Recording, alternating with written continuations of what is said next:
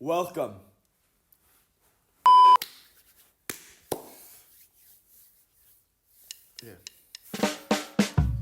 Welcome to Rookie Moves, where we're proving that every billionaire started as an amateur. And so did every bankrupt gambler. Boom. Woo! Okay, so my name is Herman Ekdahl. I am 17 years old. Why are you reading off the script? Bro, because... Okay, sorry, guys. Okay. My name is Herman Ekdahl. I'm 17 years old. I was born in Sweden. Then I lived in Spain for 10 years. Hola, ¿cómo estás? You know? So I can speak my Spanish. Give the Spanish mamacitas. And then... So I lived in Spain for 10 years. And then now we moved here to South Africa. Been here for 3 years and a half. We are in matric now. Matric in school, final year. And you're Ready to get out. ready to get out. Stressful though. Yeah. And what is up, guys? Rookie Moves Nation. My name is Lukas Winter, born and bred in South Africa. But here's the deal. I like making content. I like speaking to people about deep philosophical stuff. So hopefully we can do some of that today. But you never know 100%. with this guy. And ultimately, I'm a curious guy that wants to make an impact. So I don't know if this is necessarily doing that. But anyway, you got to start somewhere. And at some point, just get going. Yo, this is like our first step, is the way we're envisioning it. This is getting ourselves out there, getting used to the camera. We are quite outgoing people at our core. Extroverted, some would say. We try, like, at our school, we're like public speaking, trying to always be out there, be characters, but we notice that we do a lot of talking. We love to talk, and really, talking gets us nowhere. As much as you can talk about your plans, like, I know if you guys are watching it and you are part of our demographic, you've seen those videos where it's like, stop talking and just start doing. And that's so easy to say, but so hard to do. Exactly. So what we're doing now, this is our first step. So we're still talking, obviously, but this is our first step to doing, and hopefully to this going to bigger, better things. Exactly. We've been talking about actually creating some cool stuff for roughly 3 years now. Yo. And it's just gone nowhere. And so, like, we wanted to start an online casino. I've tried drop shipping. I've tried an online education platform. Yeah, making content, which I'm still keen to do, and that's exactly what this is. But yeah, we've really been around the block. I've made 2 podcasts in the past. Sure. One with this guy, and then insert that clip here of us starting our podcast. We are 14s trying to start a business. So we want to start a clothing brand for teens. Our target market is teenagers. Hello, it's Herman now. So our initial design was to have a minimalistic at the front. We're thinking of having colorways black and white. Basically, we were trying to start a clothing brand and document it. And then literally the day we were gonna start actually putting things into cogs, the Imangaji video popped up on my feed. And it's like, how to start a business. The first thing he says is, do not start a gym clothing brand and do not start a clothing brand. And that was just an eye-opener. So we fully left that idea, left it in the past, and now... You can hear those voices that just sound like an absolute fetus. Yeah. But anyway, and then before that, I started a podcast for a club that I was in grade 8. So I was 14 years old. Me and my boys decided to just talk about some random stuff.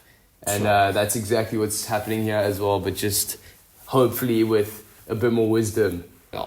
So you guys are sitting there, you might be thinking, who are these guys? Why are they doing this? Why should I listen to them? And our vision here is, let's say if Jeff Bezos had a podcast from when he was around our age, and now, especially in this day and age, there's so many teenagers that want to go far in life. They want to make their money. It's sort of become a trend, to be honest, to be an entrepreneur.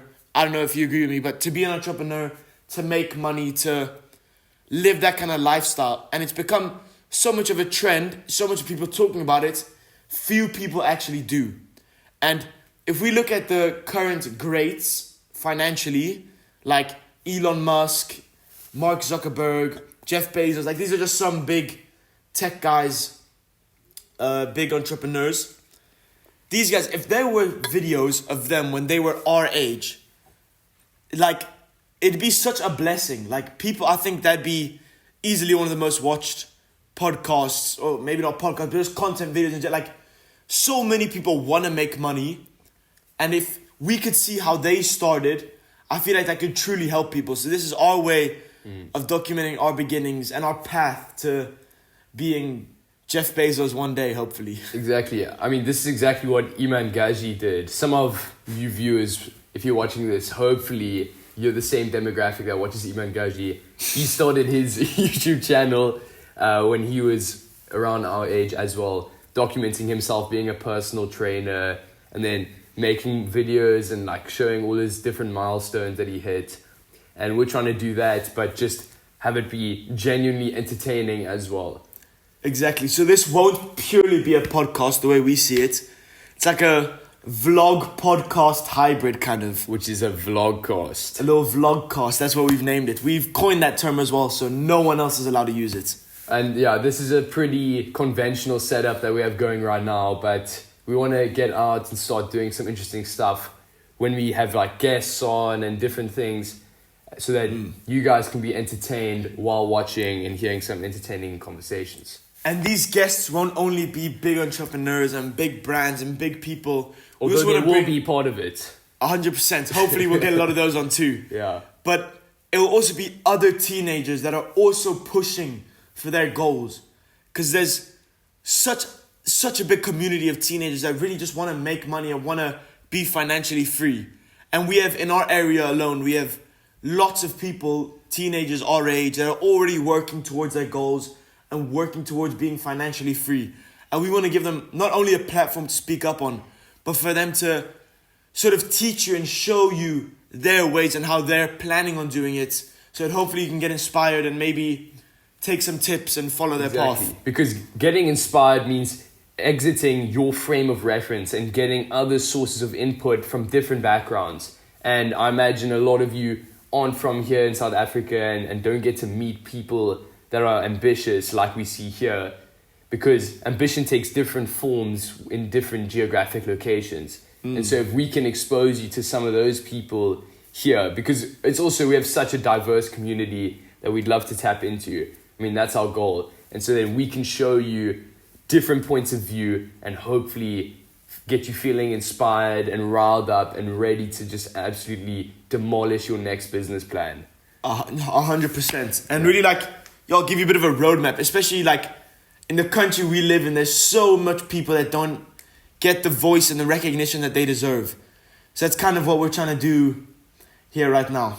But yeah, I think first we should talk about how we define success, because that's the first step of really achieving your dreams, is defining what those dreams are and what being successful actually really means. And it sounds kind of trivial, but you know, that most people don't realize that you have to actually set these in stone and really think about what you want to do in the long term, so that you can know what the smaller steps might be. Exactly, and everyone's vision of success is different. Like, my vision of success might not be the same as Lukas's, although we are quite interlinked in our views, I'd say. But I still think like there's so many different ways to define success and define growth. So we just want to give our perspectives. I don't know if Lukas, you want to start us off. What is in your ideal situation, what is your peak growth, your peak male definition of success? Pretty much, yeah. So I did touch on this earlier, but ultimately I want to serve people, and that can be like happen in a lot of different ways, right? There's so many different ways to serve people, but mainly through loving unconditionally the society around you and being sort of altruistic. That's like the sort of overarching method of serving. But the specifics, well, yeah, this is very deep, but I think I don't know, it's tough to put into words, bro. No, I get deep with it. So, I don't know, man. Nah, do it. Send it. Come. Being successful, obviously I want to look after myself and my own family in the future.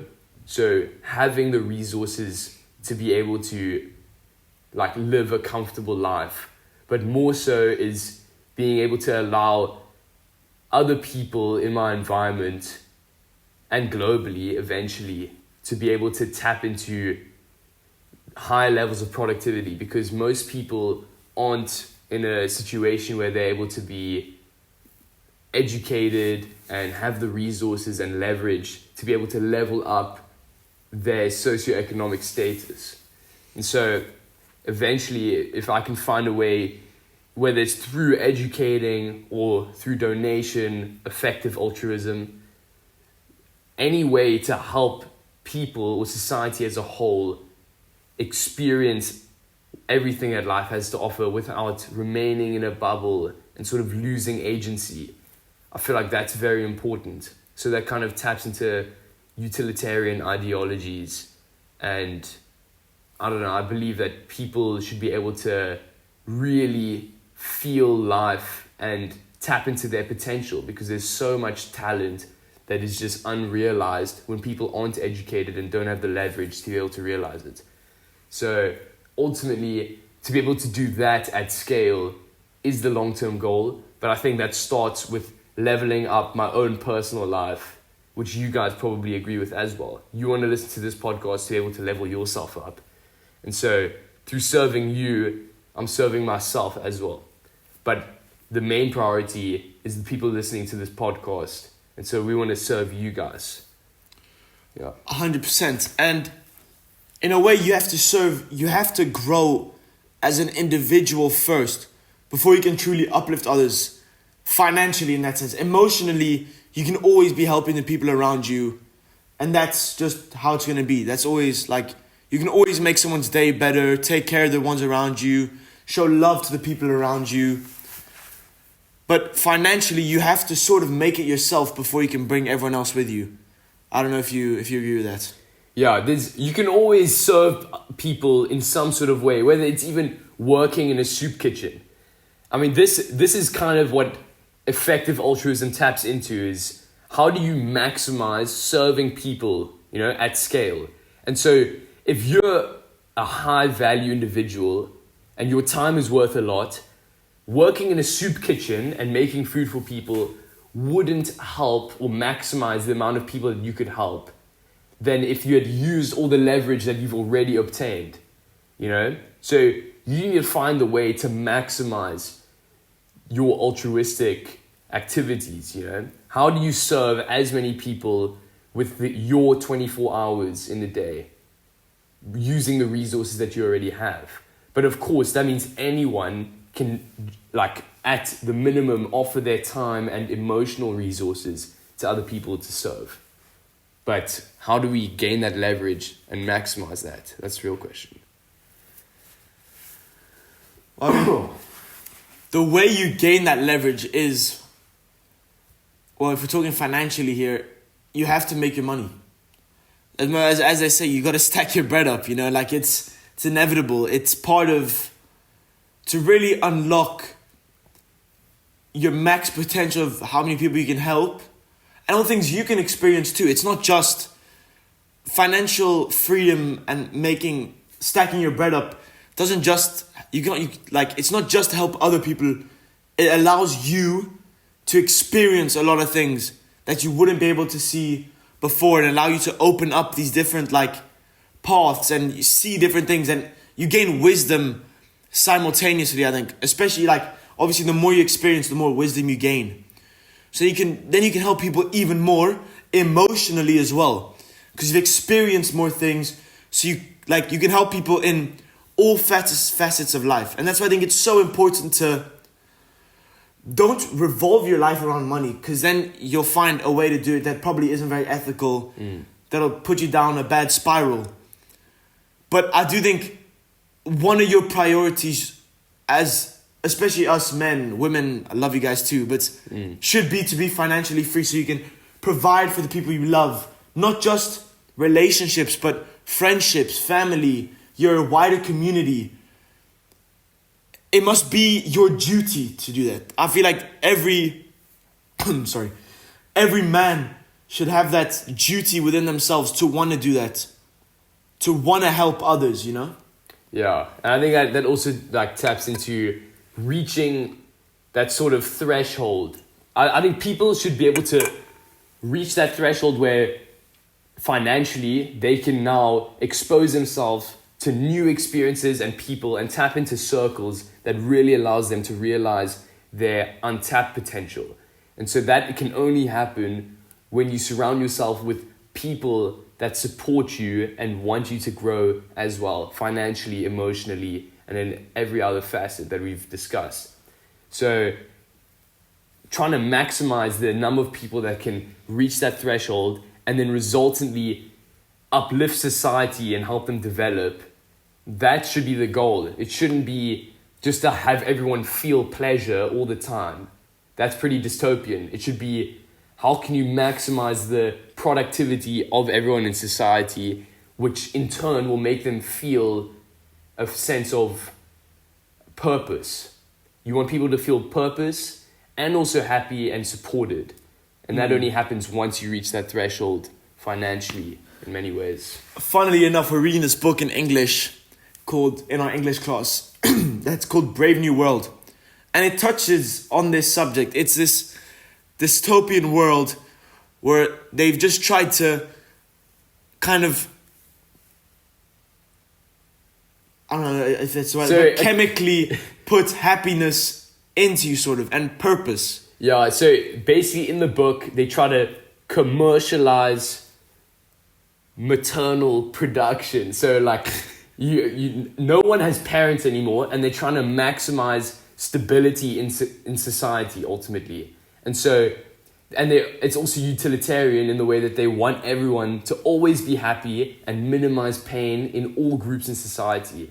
And it's interesting because they purposely separate different groups in society and make them all feel like they are superior to one another, which talks about how it's human nature to want to feel superior, you know, in the animal kingdom maybe. But yeah, I think a big thing is, for you guys watch, like, stability shouldn't be the goal, and I think that book has highlighted for me quite well. If you're looking for stability, like, we need instability as humans. We cannot be always happy, always relaxed. We can't always be comfortable. We have to be uncomfortable. We have to feel moments of instability, because that's the only place you have room to grow. This society is not growing. Obviously, it's growing by population and stuff, but it's not growing as a society because it's stable. You need to have something to shake it up. For example, in World War I and World War II, these big wars, they 10x the amount of innovation we had in these short periods of time. Because of the instability, it forced people to be working in overtime to try to be better than the other. That's why you also need to have a community around you that you can be competitive with. Because then you can knock off each other and then you grow as people. You can't have too stable of a friend group and of a community. You want to have some sort of discomfort and challenge so you can ultimately grow. I mean, literally biologically. Have you ever heard of the pleasure-pain balance? Yeah. Yeah, I've spoken about this before, but as a human, perceptually, you have to experience a certain amount of pain in order to feel the same amount of pleasure, and vice versa. And so, if you want to maximize the amount of pleasure you're feeling, you have to purposely go through painful experiences, whether it's ice bathing, intentionally, or else your body will just do it naturally to you. So if you scroll and watch 10 reels, feeling all the dopamine, you watch a reel, you get the dopamine, which little spike, and then directly after that, the dopamine goes below base level again. And when in that dip, that's when you feel the urge and the motivation to scroll again and look for another dopamine spike from another video. And so that's sort of like a survival adaptation from, say, when you're eating food and you feel dopamine and then you get the little dip and then you want to take another bite or find some more food. That's where it stems from. But the real thing here is that the lack of dopamine, which is sort of similar to pain, is what makes you strive to either escape that painful situation, but in the same breath, that's so important for knowing what pleasure feels like and what feeling good experience is like. So you really need that oscillation between pleasure and pain to maximize your experience. Otherwise, you're just going to be in this cycle of hell where you just chasing pain or where you're chasing pleasure and trying to avoid pain, when really it should be the other way around. Exactly. You can't numb that feeling of pain. It's like, it's so natural. You need, like, as humans, we need it. And in this day and age, we're doing everything we can to run away from it. For like just boredom, sitting there in your bedroom and not scrolling and not getting on your phone is hard. Because we're so used to this, like, just upward, just dopamine always. These spikes constantly. That's why people, like, when they sit down, they have to be listening to music, or when they work, they have to be listening to music. And we're not saying we're any better. We're exactly the same. We scroll, we listen to music, like, all this, we are that. But what we're trying to say here is, like, you need to be okay with experiencing moments of displeasure and kind of embrace that. Exactly, because you're in a state of inertia when you're running from pain, because it becomes so much more difficult when you're scared of the pain to begin. But once you have that momentum, that's when you really start to make the most changes. It's that consistently experiencing that pain over and over again, it becomes less painful over time, and you become more productive and really able to withstand more difficult situations. And so that's when pain really compounds. You need to start trying to delay gratification and try to start experiencing more pain in order to really maximize productivity, or in other words, be able to produce more and make more of your life. And it's not like we're perfect either. I don't know, you probably don't really trust our word, but... And you shouldn't. Obviously, this is our first episode. Yeah. We're two random guys on a screen. You really shouldn't be trusting us, but we're not trying to say that we're perfect. We're not like these gurus online that are like, yo, we're perfect, look at me, huge biceps and an orange Lambo in the back in the garage. Like, listen to me, I know what I'm doing. When really they're just scamming you on their e-com store. And we're not trying to sell you a course either. We don't have a course or anything. We're just trying to... This is our course. We have nothing else. This is our first attempt. We're probably going to have like 2 listeners. So to our 2 listeners, thank you for being here. And this is just the beginning. But we're not trying to fake it. This is like as real as it gets. I mean, we're really just trying to like have a conversation and like see what you guys think about it. So please like drop a comment. Let us know what you think. And if you disagree, which I'm sure many of you will, with a lot of the things we say, please let us know. Exactly. If you want to hate on us, we don't blame you. Just run it. Just we love it. We need these like negative things as well. That's part of the whole thing. We need to be... Yeah, it's we fine. need the tuning, you know? Any engagement, we'll take it. Drop all the hate you can in the comments. It's fine. No, like even like just us in our friend group, we're always hating on each other, but it comes from a place of love, you know? And we hope that your hate also comes from a place of love, hopefully. It probably doesn't, but... That's okay. That's okay. It's good though, because when you in our friend group, when we hate on each other, it like he said, it does come from a place of love, and it's important because it keeps us on our toes and keeps us wanting more. Because if you keep praising your boy about how good he is, it's only going to raise his ego, make him feel more comfortable. Whereas when you point something out to him about how he might be perceived by other people in the wild that could be negative. Exactly. It's really doing him a favor. You know what they say? Real friends stab you in the chest. Fake friends stab you in the back. Yeah, exactly. You don't have to laugh. You stole my moments of power there. Sorry. But it's true though. I mean, rather have your boy just do it in front of you. And like, obviously you don't have to take it as seriously. He might be wrong as well. But, you know, as long as it comes from a place of love. It's like that one David Goggins video. Have you seen that? Nah. Okay, I'm just like, as Lucas would say, chronically online. But like, it's the video where he's like, yo, like maybe your friend is calling you fat. Maybe you're probably not fat, but maybe you are fat. So yeah, work towards being. I don't know where I'm going with this. But yeah. So he's basically just admitting that we call him obese because he is. A little bit maybe, a little bit over on the larger side. But anyway, yeah, that's our whole entire life story and philosophy. But yeah, we want to discuss some stuff that's actively happening in our life. So this morning we played some water polo for our school. Some of you might not even know what water polo is. So which is crazy to think about. Like for us now and in the area we are, water polo is such a important part of our lives and an important part of the community. Really, we've been to lots of different schools, playing in tournaments, you know, and like their whole life is water polo. Exactly. So to think that people, obviously we don't know where you guys are watching from, people on the other side of the world don't even know what water polo is, and it's such a big part of people's lives. It's just really shocking. It shows how it's like the things that we don't know. Have you seen it? Do you know what I'm talking about? With the squares, it's like the things you don't know and the things other people don't know about you. Yeah, exactly. Yeah. And it's, the things you don't know that you don't know. Exactly. That's the real powerful stuff. Shout out Alex Hormozy. You guys probably know him.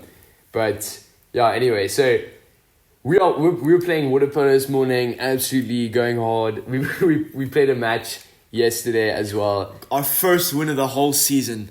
12-8. It felt very, very nice. It's real humbling when you just lose every game for like 2 months straight, but then you just come back and there's always like 30 honeys watching that you have to impress. Yeah. And you just end up losing every time. It's so killer. You just end up getting drowned. But anyway, it's tough stuff. But I think staying active is crucial for a clear mind, you know.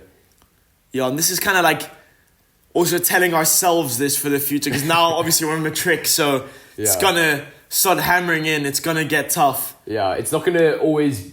We're not gonna be always enforced to play sport, you know. Play sport, go to the gym. Like these are things we love doing now, but when push comes to shove and we have 20 assignments due on the next day, we have to still make time for these things, and it's gonna be hard. Exactly. So it's kind of like a warning for ourselves in the future. Yeah, it's already happening sort of with our schedule. So if you guys haven't exercised today, go exercise. We're just planting that seed. Perhaps you should maybe just, get outside a little bit.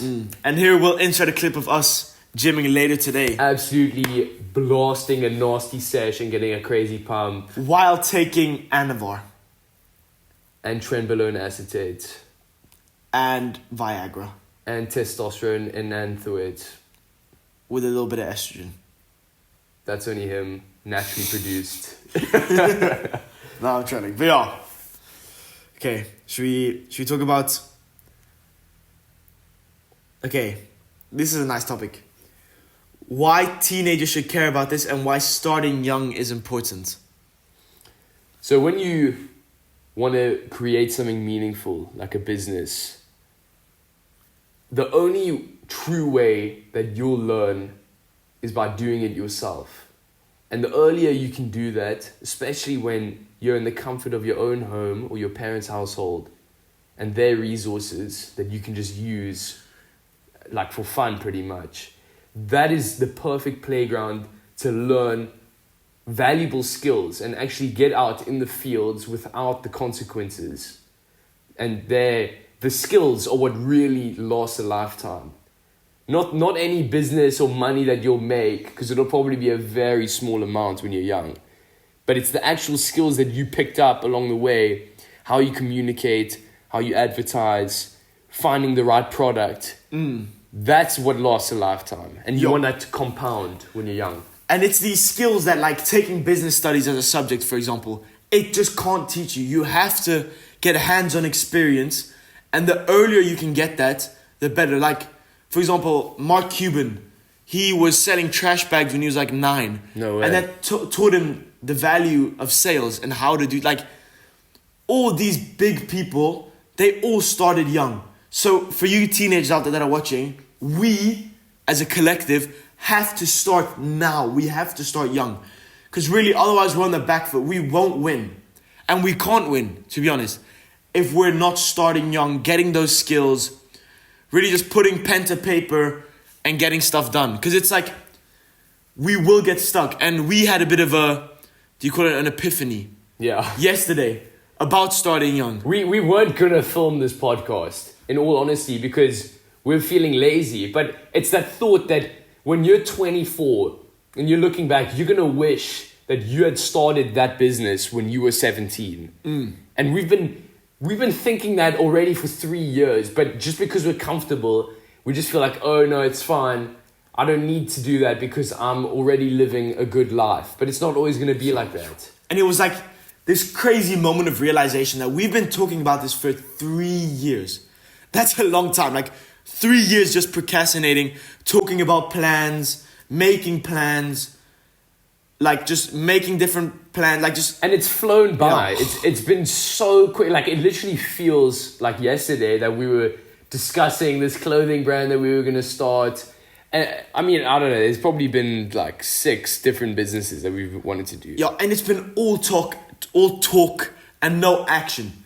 And really, this is like our first step. This is our action. Like, and that feeling of realization when you know you've just wasted 3 years talking about something rather than actually doing. But it really hits when you have nothing left and you're forced to work a 9 to 5 or something like that. And I know all these gurus talk about, oh, 9 to 5, that's horrible. I mean, for a lot of people, a 9 to 5 is an absolutely great thing, and you should be grateful for work. And even just starting out, working a 9 to 5 is fine. It's not like a horrific thing. There is also different things you learn by working a 9 to 5 and surrounding yourself in that community. Yeah. But us as people, we want to be financially free, and we want to switch from selling our time for money to selling our creativity for money. And we're able to do it now at this age. There's no excuse. And now we have time. We have that kind of blanket of safety from our parents. We get food, housing, we have to pay taxes, no electricity. Like, we are super comfortable now and super able to start something. Exactly. And that's not going to happen when you just talk about it.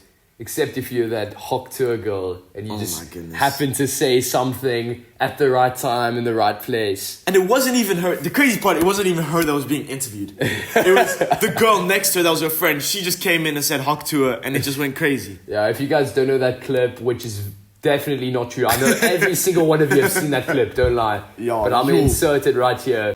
What's one move in bed that makes a man go crazy every time? Oh, you gotta give him that hawk to and spit on that thing. You get me? Yeah.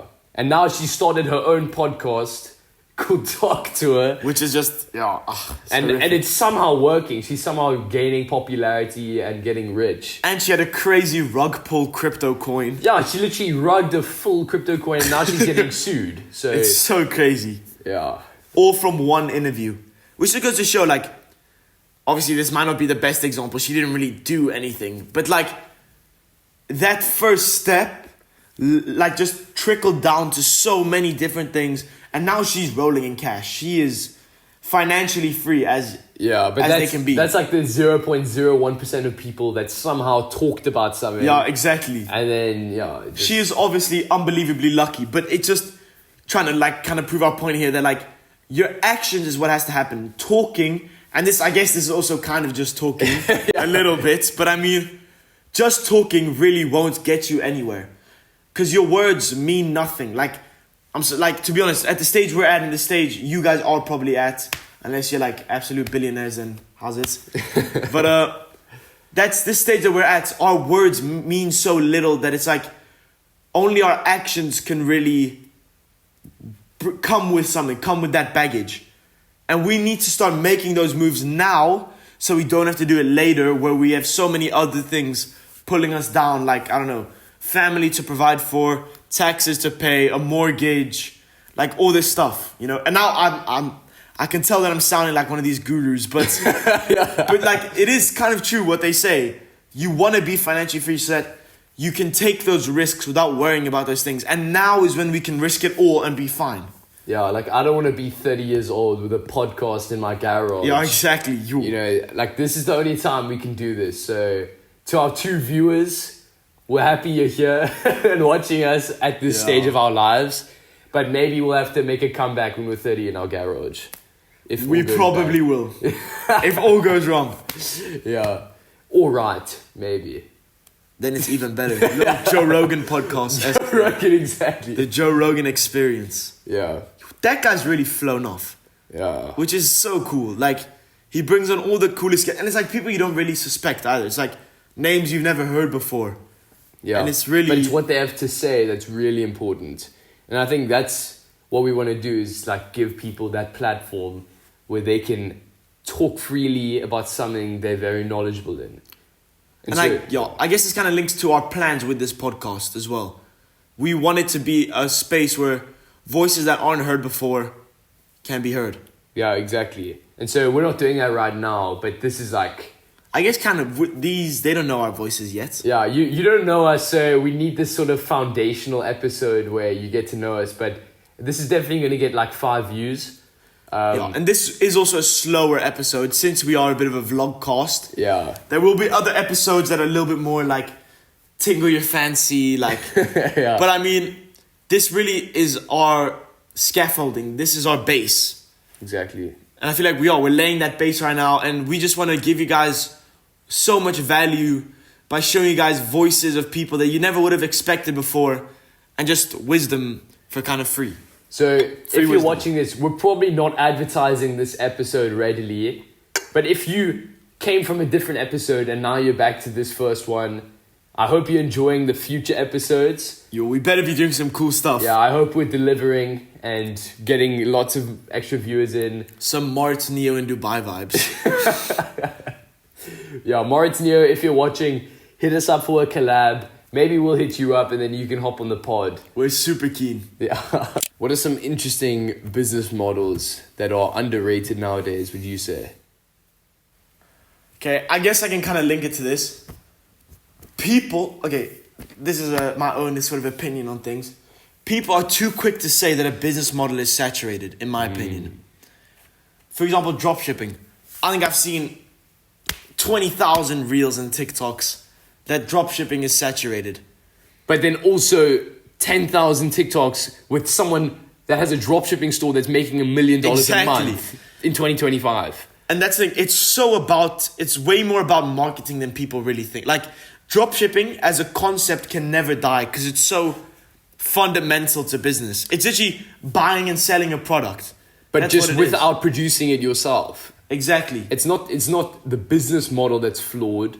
It's either your product or your marketing that's flawed. And 9 times out of 10, it's people's marketing and that they're choosing a bollocks product that really doesn't mean anything. Yeah, or sometimes they choose the right product, but if people don't know about it or haven't like seen it used in a specific angle, you know, with a certain unique selling point, sometimes you need to take a product and then apply to a new vertical where people haven't thought to use it yet. You know? 100%. That's useful. And like, people are too quick to deem these online, like these quick business, quick money type things. And I think all of that just won't give you any knowledge. You won't learn anything. It's so, I don't know, I don't really enjoy that type of thing. I don't know about you. These quick, get rich quick type things. Yeah. Because everything that's worth of value won't be quick. Yeah. Has there been anything in your life that was valuable that happened fast or easily? Probably Nothing. not. Everything that was meaningful took time and effort and was probably very difficult. And that's to just be honest, remember. that's how it should be. It's kind of this pain pleasure. It links back to that. It's Exactly. You have to feel the pain of something taking a long time, a lot of effort, to then feel the pleasure and reap the benefits of its success. And these get rich quick, it's like a tree that doesn't have deep roots. Exactly. It'll fall over with quick wind. People think they can just find any random product that a guru provided to them, probably, and then just like rinse and recycle the same thing 20,000 times, which is like, what the guru wants, because then they can sell more courses. This enrages me to no end. Every guru has like some kind of like agency they try sell to you, or some kind of, what do you call it now? Course. A course, sorry. Some kind of course they're trying to sell to you, when really you can find all this information like online without having to pay the insane amounts. I think, the War Room, Andrew Tate's one is like $100 a month, $50 a month. That's crazy. You can find that information online. Also, you can do it yourself. It's really just starting. It's all there, every single thing. And the things you're looking for probably aren't even online. You need to go outside, take an hour walk every day and think about ideas. How can you reapply certain ideas or products in new verticals? That's probably the easiest way. Like, for example, there's this AI product where you can draw, and then the AI will take that drawing and turn it into a picture with the drawing in it. And so that sounds pretty basic. Like, we all know CNNs can generate pictures. But do you want to explain what a CNN is? So a CNN is a convolutional neural network, and that's basically CNN, okay, that reads handwriting. So I meant to say the stuff that generates pictures is called... Let's see, AI knowledge here. It's stable diffusion, that's it. So yeah. No, okay, you guys don't definitely already know this. Sorry, I'm making a fool of myself. But anyway, so Stable Diffusion's been able to do this for ages now. But what this one brand did, and I'll insert their ad here. As you can see, they use this tool where you create a certain drawing, and now there's this trend in social media called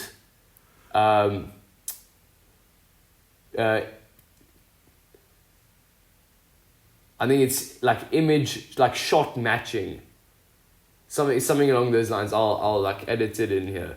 But it's viral. It's a viral hook for a lot of content because it looks so cool.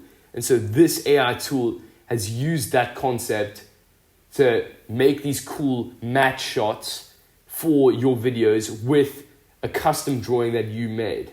And so that's the thing, is taking a tool that people think is very sort of standard in modern day, but now you reapply it into a certain vertical, which here is content creation, and then use it to create an awesome product that is really useful. So let's link this back to the original, these get-rich-quick kind of schemes. Yeah, you can't just use the general product, in this case, it was the image generation. You can't just sell that. You should try and find a way to use that in a certain niche or vertical, and then that's where people will see it and think, oh, this is valuable, this doesn't exist yet. And that only happens when you think creatively of where can I reapply this tool in a different vertical to a different, smaller demographic so that it provides more value to them. That's the key, or that's one of the easiest ways to do it. And guys, if we ever try sell you one of these get-rich-quick schemes, please feel free to unsubscribe. It's really like... Unsubscribe, drop a dislike, and just report us to YouTube because... we really want to keep this real for you guys. That's not the goal here. We just want to just get our thoughts out there and expose you guys to some really cool people. And and show you guys our path and the path we're trying to take to becoming financially free. Exactly. I mean, and there's so many different ways to get financially free just on that topic. Like I saw on Reddit, this guy said there was a really rich person where their business was to sell a service where they drove rich people's dogs and cats to other homes while the owners flew to their homes. So obviously the rich people have like multiple houses and they just want to get their pets from A to B. So just you target that specific niche, you see that there's a need, like a really weird one, but they obviously have the money to be able to afford that. You just say, yeah, cool, I'll just transport your pet safely on the roads while you fly, and then take care of it like magic. And like, people love their pets. A scary amount as well. People would really sacrifice it all for their pets. And that's why these types of business models work. Exactly. When it comes to pet caretaking and all that stuff. Yeah. But anyway, yeah, so drop any cool business ideas you've seen in the comments. Like, we'd love to review them and just interact with you guys, because that's what it's about, is like creating that community. So please, like, just talk to us, drop a comment, I don't know, reach out, like, I don't know, we'd love to talk to you guys. 100%. Yeah. And really, y'all guys, if you made it all the way, love you. You really Thank you to putting in the our most. probably one viewer that's now like half the population Yeah. of our audience has left. Exactly. So, to the one guy that's made it this far, Thank you. you are truly a real one, and we probably know you, so that's why you're watching this. But anyway, Yo, guys, thank you so much. Hit that like button, hit a little subscribe. Let's push ourselves to the algorithm, get more teenagers on this arc that we're creating, sail to financial freedom. or not just teenagers, anyone that just wants to get out there and make money or learn how to survive in this modern day society with two young, ambitious individuals. Who are money hungry and want to succeed, and also want to learn along the way. Then please stick around and stay tuned every week. We want to do this every single week and not disappoint you guys. As ChatGPT would say, we're teenagers doing rookie moves, turning rookie moves into winning strategies. That was straight from ChatGPT, Straight I from promise. Chad. So watch us make rookie moves and fail some more, because we're going to fail constantly. Maybe this fails, but we're going to keep going. So stick around. We'll see you next week, hopefully with something interesting. And a cool guest.